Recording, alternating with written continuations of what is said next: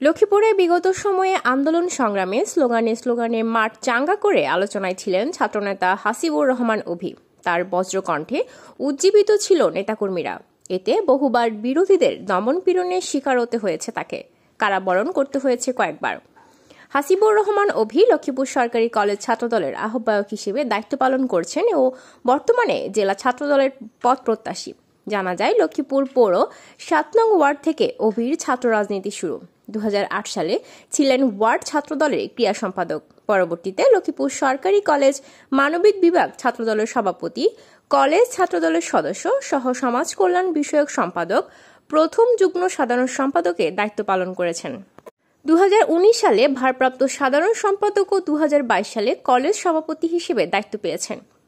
দায়িত্ব পালন করতে গিয়ে বিগত ফ্যাসিবাদ স্বৈরাচার সরকারের বিরুদ্ধে বিভিন্ন আন্দোলন সংগ্রামে অংশ নেয় অভি। সে সময় হামলা মামলার শিকার হয় সে। বিভিন্ন মেয়াদে কারাবরণ করতে হয়েছে তাকে।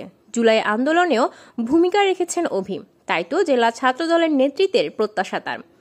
হাসিবুর রহমান অভি বলেন, দলের সকল কর্মকাণ্ড সক্রিয় অংশগ্রহণ করেছি। আন্দোলন সংগ্রামের সামনে থেকে নেতৃত্ব দিয়েছি। হামলা মামলার শিকার হয়েছি, জেল খেটেছি। ছাত্রদলকে শক্তিশালী করতে কাজ করছি। দল যদি চায় তাহলে জেলা ছাত্রদলকে নেতৃত্ব দিতে চাই। আশা করি আমার প্রতি সঠিক মূল্যায়ন করা হবে। রহমান রাহিম।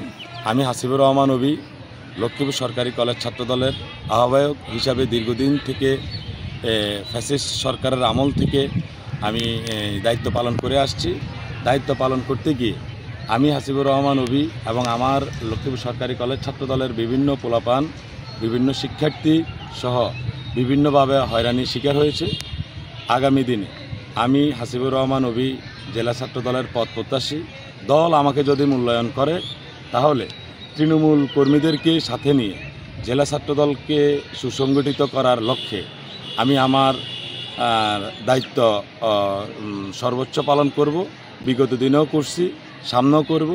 সেক্ষেত্রে আমার দল, আমাদের দলের হাইকমান্ড, ইভেন আমাদের লক্ষ্মীপুর গণমানুষের নেতা, জননন্দিত জননেতা, লক্ষ্মীপুর ৩ আসনের সাবেক সংসদ সদস্য, জনপ্রিয় সাবেক ছাত্রনেতা শহীদুদ্দিন চৌধুরী অ্যানি ভাইয়ের নির্দেশে যদি আমাকে এই দায়িত্ব দেওয়া হয়, সেক্ষেত্রে আমি আমার দায়িত্ব যথাযথভাবে পালন করব এবং সাধারণ শিক্ষার্থীদের